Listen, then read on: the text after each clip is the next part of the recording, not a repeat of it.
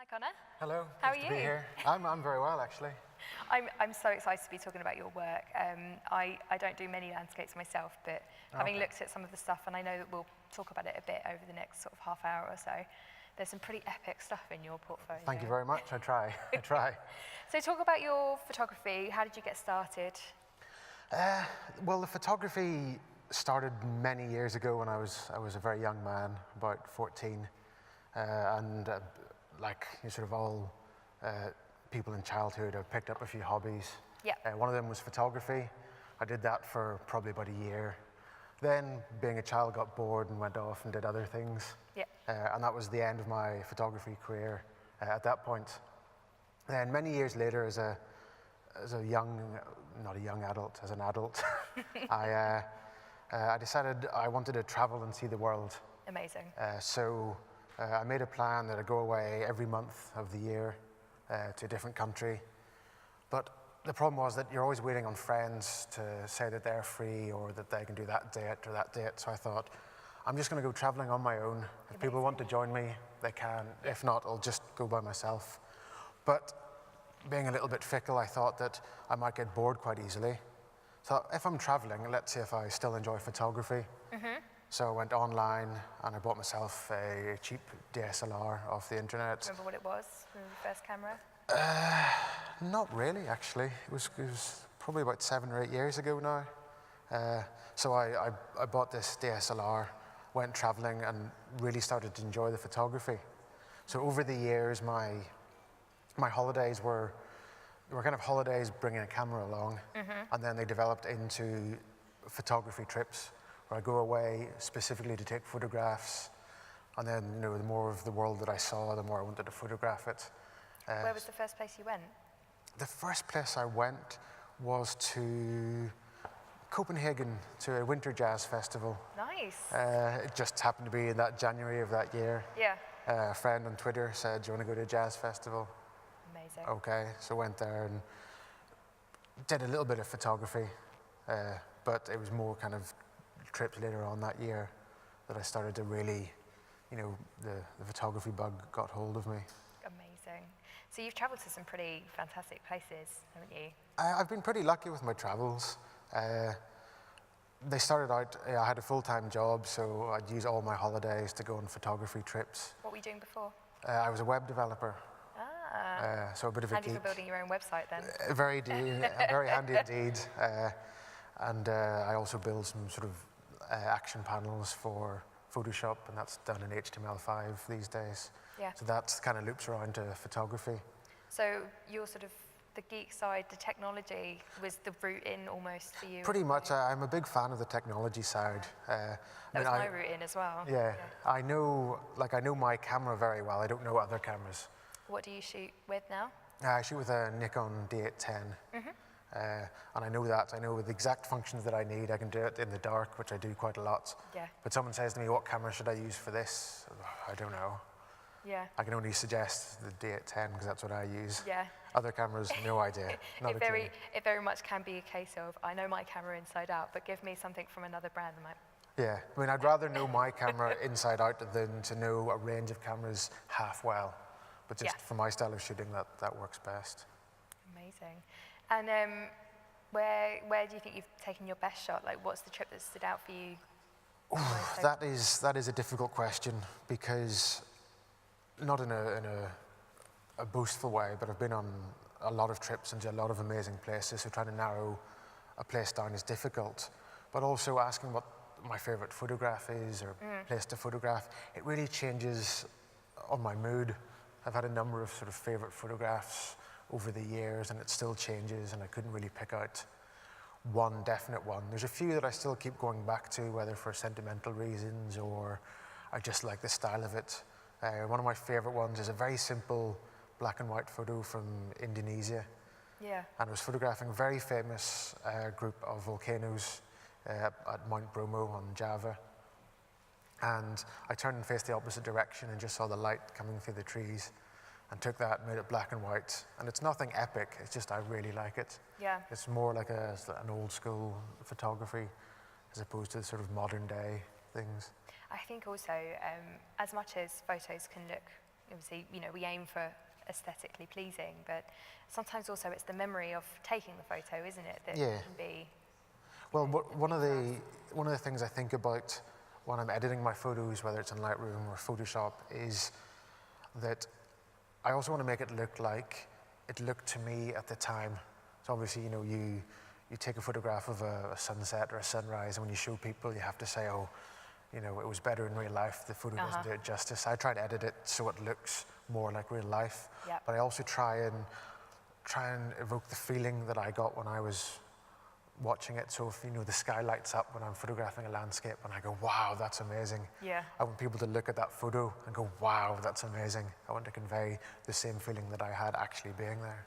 So when you are planning your trips, do you pre-plan to put yourself in positions that you'll be, you know, in the right place for sunrise, sunset? Or is it kind of one of those, you know, I'm going to go out there with my camera and see what happens kind of trip? Really depends on the type of trip that I'm doing. That said, one of my big philosophies is that with photography, and especially landscape photography, my motto is you've got to be at the right place at the right time. Massively. And people say to me, oh, I love your photos, this looks beautiful. And I say, it's not really my photograph that looks beautiful, it's the subject that I'm photographing. I got to somewhere very picturesque, and I got there when the light was good. Anyone else could have taken that photograph, but it's having that determination to get up at 3 in the morning and to hike for 2 hours and to wait there for a couple of hours while the light changes. Yeah. That's where the skill of landscape photography comes in, I think. Massively. You've got to, I think with landscape, you've got to have that passion and commitment for doing it. Oh, definitely. It's not, you know, a lot of times There's no fair weather. No, definitely not. Photography, is it? It's, you know, a lot of hiking sometimes, a lot of standing around. I remember I was getting some outdoor clothes at one of the clothes shops. The guy said, oh, what do you need? You know, will you be hiking a lot or will you be standing around and not doing much? Yes. Yeah, a little bit of both there. So it's quite hard to pick those clothes. So back in those days, I would do a lot of planning for the trips. I'd sort of spend months looking at photographs from the region and weather reports and, you know, Google Earth to see areas and checking out transport links. But in the last few years, a lot more of my work has been a little bit more client-based. So they'll suddenly email me and say, you know, can you go to Ecuador in 2 days? And I'll be like, okay. Yeah. It doesn't really give me much time to plan. Yeah, Googling at the airport. What can I get on this free Wi-Fi for 1 hour? Yeah, Sarah, can you please turn off your phone? We're about to take off Yeah. now. So again, that doesn't leave me much time to plan. So in those trips, sometimes it's a bit like, I'll bring my camera, see what I get. I obviously know some certain good locations that I want to photograph. I thought, right, this could be a good shot. But often some of the really good photos come from journeys to or from those locations. Yeah. You never can tell. It's all about when the light will change, and often in client shoots, there's a set itinerary and you have to be at certain places at certain times. And you can't just throw a tantrum and say, oh no, I need to be here. Sometimes you just got to say, you know, this is what I've got, let's see how we can edit this and make it better. So you've talked about your clients a little bit, and you've got a pretty impressive client portfolio, haven't you? Can you share any tips on how you get your portfolio out there? Like how did you end up with these clients? Well, having a lot of Instagram followers helps as well. I mean, people can get the marketing side of that as well as the photography side. But even before that, I was very involved in the sort of the Flickr community and the 500px and all the photo sharing websites. And then, you know, having your own websites, being able to show your best work, and, you know, in a way that you want to show it is important. But also when it comes to choosing clients, I was very picky at the beginning. When you start to get noticed, a lot of people will come towards you, and some people will just take the first thing that comes their way. Yeah. And then they get maybe pigeonholed into something, or they go down a path they don't really want to. I was very particular in which clients I worked with, and I kind of always aimed for the field that I wanted to go into, which was sort of landscape and travel and tourism. So I always aimed for those clients. And then once you work with a few of those clients, more of those clients come in. Yeah. And that sets you on the right path that you've decided to go on. And tell us a little bit about what you've been working on recently. Recently, the most recent big trip, I guess, was over to Alberta last month. That was for Travel Alberta and Tourism Jasper.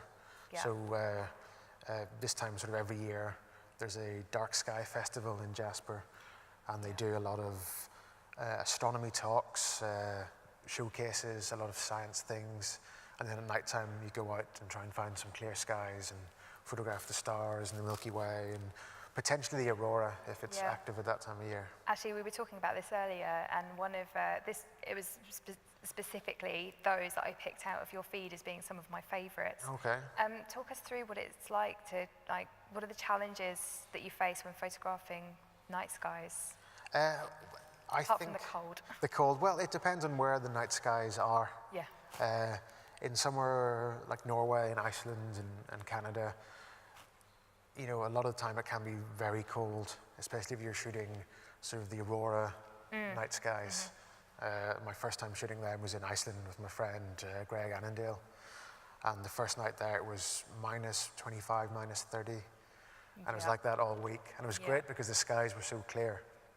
But when you're sleeping in a camper van and you're waking up with ice on your face, and you're doing long exposures. And you're doing long exposures. In fact, the two of us would set up tripods in sort of different areas to get different shots, and we'd do our sort of 25-second exposure and then sprint between each other just to try and keep warm. I mean, if any tourists happen to be coming past at sort of 2 a.m., they'd see us shouting and doing star jumps. But these are the things you have to do at, you know, that time at night to keep warm in those conditions. And like we've said already, it's a definite commitment, isn't it, to getting those shots? Yeah, I mean, that's, you know, other people, I've been out on trips to do nighttime photography, and as soon as you get back from the day or dinner at 10 o'clock, oh, I'm tired now, I might just go to bed, or I'm going to go out till 3 o'clock. I regret it the next day, but it's good to have those nighttime shots. Yeah, exactly. I went to Iceland earlier this year, and it was literally a case of, I'm not going to sleep. I'm literally going to stay up. I think I stayed up for 4 days total. Really? I'm not going to miss anything. So yeah, I completely get that. I remember one of my previous trips to Iceland with Greg again, we went for the midnight sun. Yeah. And obviously it doesn't get dark then, and the best time to shoot is actually nighttime. Yeah. Because it's 5-6 hours of golden hour. So what we would do is we'd flip our days around. So we'd shoot during the night and then sleep during the day. Yeah. So that was interesting. It was kind of the worst jet lag you could possibly get. I can imagine. Because they're in the same time zone as here, but but completely flipped around. So what tools do you rely on in Lightroom for the kind of work that you're doing? What are the really important things in there that you rely on? There's a few different tools that I really like doing. I obviously love the basic stuff like the sharpening and the lens correction. That's really simple to do and generally needs done with every photo, especially using the sharpening in Lightroom, because it's capture sharpening and it's sharpening sort of the raw file, as it were. I also love having the different color sliders, because I like to kind of tease out the color and either make them similar or sort of contrast them depending on the mood that I'm going to. So having the hue, saturation and luminance for each color channel is fantastic. You know, I find it's an easier interface than maybe in Photoshop. So a lot of my color work I will do in Lightroom. Yeah. I think that I'll do, even if I do fine art stuff which requires Photoshop and maybe exposure blending and things like that, I will do sort of 70% of my work in Lightroom first. I call it my pre-post-processing because I do so much in that, and then only when I'm happy with it there and I can't go any further, then I'll bring it into Photoshop. I'm going to be looking at some of that colour work now, because you've got an image here that you're going to bring up and talk us through, right? Yes, I can do indeed. This was a shot from last year, I think, in Germany, in Saxon, Switzerland, in Germany, in the big limestone mountains. Yep. And I just arrived at my hotel. It was getting towards sunset, so I rushed off, found this pretty much a tiny mountain. So I decided to climb up that, which took quite a while and was quite tiring. I regretted it very much the next day. But I got back and... Started you mean to go on, hey? Exactly. And the sky that night was absolutely fantastic. It was beautiful looking. Obviously, getting back and seeing the photographs, I was like, this is not really what it looked like to me. Yeah. So the idea is, I'm not going to, add any color or anything to it. I'm just going to tease out the color that's in there. Perfect. So let's have a look. It's a little bit dark at the minute, so I'm going to start with the light. You can see there's not much color coming through from the clouds there, so they're maybe slightly too bright, so I might just bring down the exposure a little bit, bring down the highlights a little bit. If you mess around with the highlights, you can see a little bit of color starts to come through as it goes darker. So bring that there. Obviously then, the shadows are way too dark. The beauty with the sort of the last couple of generations of DSLRs and mirrorless cameras is the dynamic range. So I can just grab the shadows so much and more just... detail in there, haven't you? Yeah. So I can just bring that out like that. And I might mess around with the whites quickly just to see. You don't want to overexpose and you just want to bring out those highlights. Okay, and then the blacks I might just bring down a little bit. So you can already see there's a fair chunk of detail. You can see, yeah, some colour starting to come out. Now they've kind of brought out a little bit more detail. Let's zoom in here. So what I can see is I've zoomed in. I was going to sharpen, but you can see just around the edges of these tree lines, there's a little bit of chromatic aberration, or colour fringing, as it's also referred to. That purple on one side, and then there's a green cyan colour on the other. So if we go into our optics, we can just remove chromatic aberration. It just gets rid of that. That disappears. Yeah. Sometimes it'll enable lens correction. If you notice there's a little drop down arrow here, sometimes I don't mind the distortion in landscapes because it's not architecture or anything, or sometimes I'll leave it back. Really depends on the photo. I don't really have a one size fits all. I'll just see what each photo does. So now that I've fixed that, I've zoomed in and I'm just going to check the details. Okay, so I'll start with the sharpening. I like to do my sharpening when I'm in at least 100%, because only then can you see what's going on. And I'll start bringing this up until the edges go a little bit hinky, as I call it, until you start to get a little, what's called artifacts on the edge. If I go too high, then you notice it gets a little bit too jagged and doesn't look very natural. Don't forget you zoomed in 100%. So I'll maybe drop that down a little bit around there. Yeah. And if you notice by the sharpening slider, there's another one of these drop-down arrows. Yep. So I click that, it opens a few more details. With the landscape stuff, obviously it might be displayed in quite big formats. I'm very particular about getting the sharpening correct. So what I tend to do with my stuff, because I know I'm shooting with a good camera and a good lens, that I will drop the radius down and bring the detail all the way up. And that's really sort of getting the very fine details and bringing that out. Yep. If you've got sort of lesser equipment, sometimes you can make it look less good. But with this, I know that I can do this and it looks good. Now, an important thing that a lot of people don't really use that much is the masking, which will show you where you're applying that sharpening to. So what I can. It's a handy hidden tool. It's a handy hidden tool. Again, with the masking, you can bring it up and try and see to see what you're trying to do. But with sharpening, that's quite difficult. So if we hold down the Option or the Alt, I believe, then that shows the mask. Yeah. So wherever the white is, that's where the sharpening has been applied. And wherever the black is, it's not being applied. Obviously, I don't want to sharpen the sky. Yeah. So looking for just where it's sharpening the very edges. So maybe round about here, I think I quite like. Yeah, it's such a great feature. It's something I use a lot as well for skin and making sure you get like eyes and hairs, but not actually the skin itself. Exactly, that's one of the best uses for it. I think on skin, eyes, and mouth, on portraits, and then on the land and the sky, differentiation in landscapes. Because obviously clouds shouldn't be very sharp because they're fluffy. Yeah, it'd be very weird indeed. And what people tend to do is they love sharpening their images, but they sharpen everything. Yeah. And that's not how sharpening should be done in my eyes anyway. Now that they've done that, I might do a little bit of noise reduction, not too much because that starts to blur out those fine details. So I'll do a little bit, especially if I'm shooting on a low ISO. Yeah. Normally these days I'm shooting at ISO 64 or beneath. Yeah. Obviously if I'm, doing something like the nighttime photography, you're on 2000, 4000. So, a little bit more noise reduction is pretty good. Color noise reduction, I'll knock it down a little bit, because I try and capture lots of these different subtle tones of the colors, and if with too much color noise reduction, they blend together and become a little bit muddy. So I drop that down a little bit. If I notice it happening in some areas, I'll bring it up again, but generally I'll take it down a little bit. And obviously grain, I don't touch as a landscape photographer. Okay, now I've zoomed out and had a look, and that's not looking too bad. So I'll start to... Really pulling out of that, aren't they? I'll start to work on the colors now, and maybe warm it a little bit, because it was sunset, so it was quite a warm thing. Tint, it's a little bit too much to the green side, so I don't want to go overboard, but I'll bring it just a little bit more to give it that warm feeling. It's definitely bringing that out in the clouds as well, isn't it? Yeah, I don't want to go overboard and make it look unnatural. I want it to look like how it looked to me. Now, the vibrance it depends on the photo.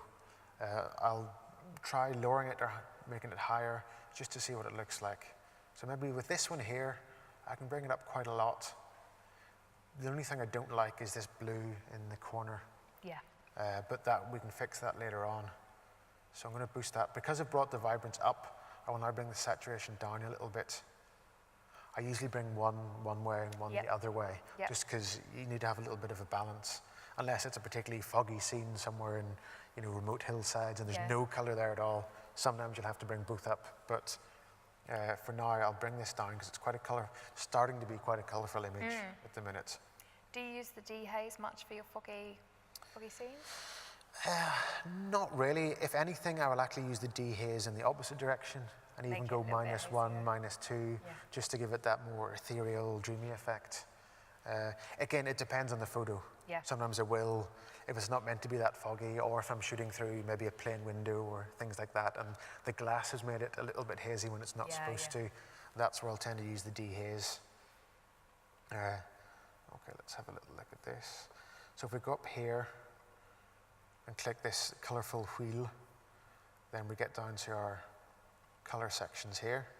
So I tend to do it, instead of doing it color by color, I'll do it each section like this. So I'll start with the hue, and I do a thing that I and a lot of other people refer to as yo-yoing, because I don't know really, you think you know which colors are in the photo, but it might be a different color than you expect, if that makes sense. So I'll just start yo-yoing to see what it affects. So you can see that that's affecting those little bits in the clouds. I'll go to the next one, I'll just start yo-yoing. I'll do a little bit this direction. So it's very small changes. Sometimes very small changes, sometimes very big. It just depends on what it's... So you can see this makes quite a big difference.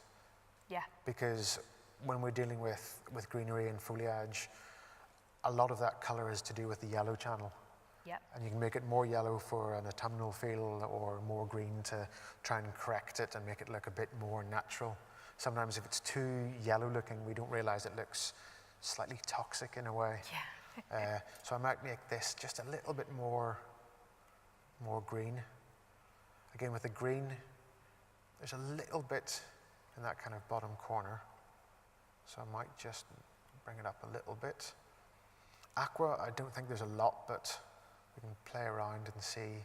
No, not really. No. Not really doing much. Blue, obviously there's that blue in the corner. So by making it slightly more towards the purple side, that blends in a bit more with the rest of the sky, makes it look less obtrusive.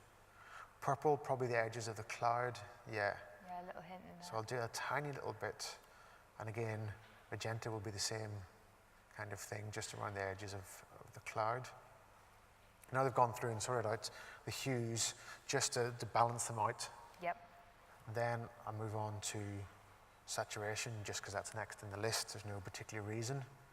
Obviously, I'm trying to bring out some color, so I'll boost the reds. I don't want to go too far, because that makes the fringes of the clouds go a little bit weird. So bring it down a little bit there. Orange again, I'll start to yo-yo. You can see too much looks ridiculous. Yep. You just want to boost it a little bit. Hint. Yellow, we see that affects... Well, definitely that field. Yeah. So actually, I don't mind that field too much. I can bring it down a little bit, because if I make one sort of channel more saturated, I like to try and bring down another channel. And I'll never do a lot of global saturation. It'll just be sort of color channels.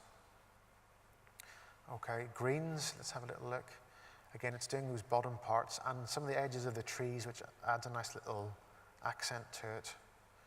Aqua, I'm not going to bother with, because when we did the hue, we couldn't really see any.